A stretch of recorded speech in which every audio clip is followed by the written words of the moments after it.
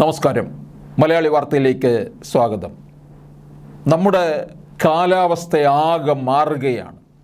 കാലാവസ്ഥാ വ്യതിയാനത്തെക്കുറിച്ച് നാം പറയാനും ചർച്ച ചെയ്യാനും തുടങ്ങിയിട്ട് നാളുകൾ ഏറെയായി. ഇപ്പോൾ അനുനിമിഷം മാറിക്കൊണ്ടിരിക്കുന്ന ഒരവസ്ഥയിലാണ് നിൽക്കുന്നത്.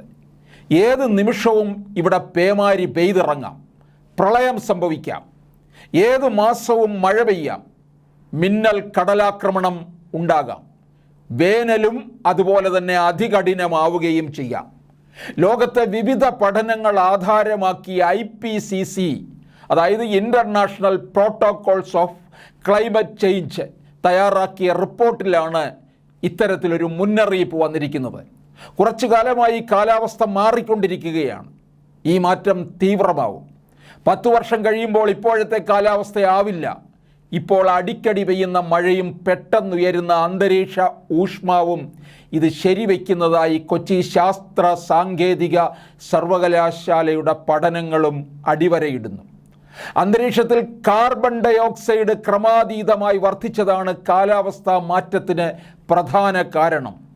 സുരക്ഷിത അളവ് 300 ppm പാർട്സ് പെർ മില്യൺ ആണ്. അതിപ്പോൾ 412 വർദ്ധിച്ചിരിക്കുകയാണ്. കാർബൺ ഡയോക്സൈഡ് കൂടുമ്പോൾ അന്തരീക്ഷ താപം കൂടും.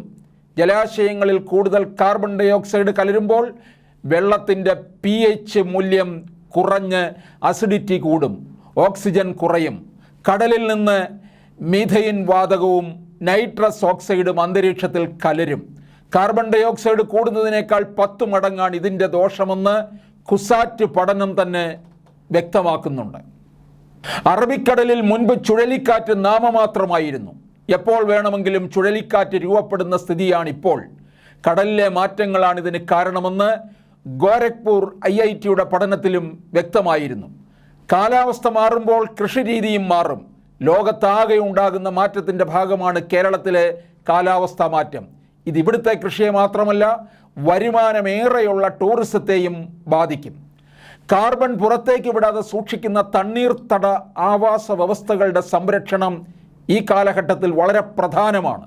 കൽക്കരി ഉപയോഗം കുറയ്ക്കുക, സോളാർ ഊർജം വർദ്ധിപ്പിക്കുക, വൈദ്യുതി ഉപയോഗം കുറയ്ക്കുന്ന ഉപകരണങ്ങൾ തുടങ്ങിയ മാർഗങ്ങൾ അന്തരീക്ഷ സംരക്ഷണത്തിന് അനിവാര്യമാണ്. അടുത്ത വർഷം UAEയിൽ നടക്കുന്ന കാലാവസ്ഥാ ഉച്ചകോടി അന്തരീക്ഷത്തിലെ കാർബൺ ഡയോക്സൈഡ് കുറയ്ക്കാനുള്ള മാർഗങ്ങൾ ചർച്ച ചെയ്യും. പ്രകൃതിയിൽ മനുഷ്യരുടെ ഇടപെടലുകൾ കരയിലെ അന്തരീക്ഷത്തെ ബാധിക്കും. അത് കടലിലെ അന്തരീക്ഷവും മാറ്റും. ആ മാറ്റങ്ങൾ കരയിലേക്ക് തന്നെ എത്തും. COP ഉച്ചകോടിയെ ലോകരാജ്യങ്ങൾ പ്രതീക്ഷയോടെയാണ് കാണുന്നത്.